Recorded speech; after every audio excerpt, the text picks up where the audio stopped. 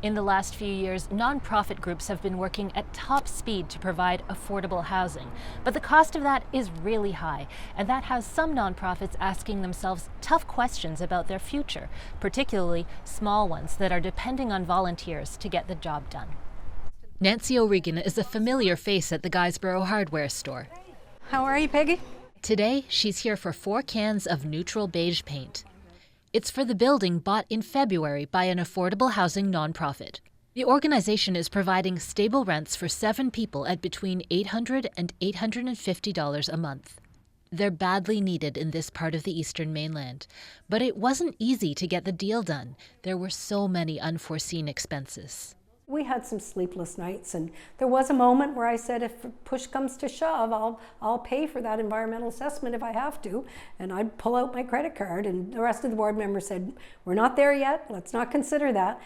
Operating a building like this is costly, and O'Regan and all the other board members are volunteers.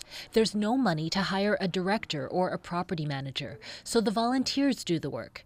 She says it's not sustainable. There's no pots of money that come along with doing this work that help you sustain your organization. In the long term, I worry about, board member burnout.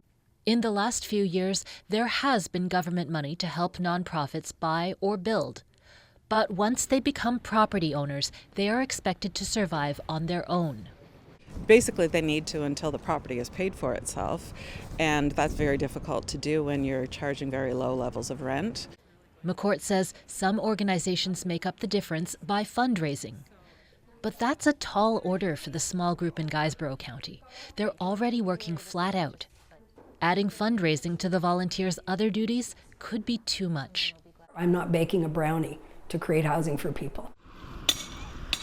An organization in Antigonish is in a similar spot. They already operate 28 units with rents between $640 and $938 a month. But it costs them more than that to run the buildings. Our operations is not breaking even with the rental income that we have. So that's being supplemented through fundraising and grants that we can get. The board members hope that'll change when they open 17 more units this summer. They'll be able to split costs like snow removal and maintenance among more apartments. We're hoping to break even because we're at that level of scale, but our goal is to break even, which is not leaving us any other really room or contingencies. So sustainably, we have to think longer term in the future. There is another way to raise money besides fundraising. Some nonprofits choose to charge market rent on some of their units. The more expensive market units subsidize the affordable units. It's called a mixed income model.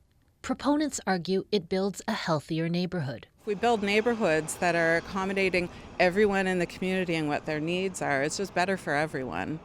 But it will also be better for that development if they're able to count on having some people come in at higher levels of rent. But not every organization wants to do mixed income because it means they can't deliver as many affordable units as quickly as they want to. The Antigonish Society has grappled with it for more than a year, but they came to a decision in mid-May. We're realizing we cannot build affordable housing and be sustainable without having market rents included. It's just not working out. We've been working at this for over 10 years, and the writing's on the wall. We have to consider doing a mix. They will include some market units in their next development.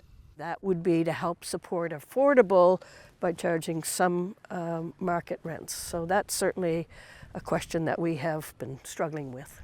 This nonprofit in Dartmouth has a major renovation underway on its units, and it's already decided mixed income is the way to go. Right now, about 70% of the apartments pay between $750 and $860 a month.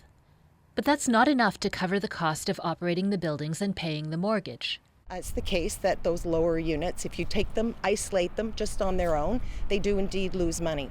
So the organization charges between $1,350 and $1,600 for the remainder of the units. The Trust's goal is to do a 50-50 split and to keep buying buildings so it can house more people. We kind of take an overall look at the buildings. That's why we want that mixed income model, so we can continue to support people who can only afford to pay $750 a month rent. So we own way back on that side. Back in Guysborough County, the plan is to build another 6 units right here. If they charge market rent on a few of them, that would mean more income to expand. But they haven't made the decision yet. This area needs hundreds of homes, and many families are inadequately housed. And so I'm not sold yet. I'm concerned about it because I know we need a lot of affordable housing. It means that we have more money in our operating costs, but it's going to take us so much longer to get there if we have to do that. They're exploring options, trying to find the path forward, and soon. So this is a decision our board's going to be faced with, within the next half year. Shaina, CBC News, Guysborough, Nova Scotia.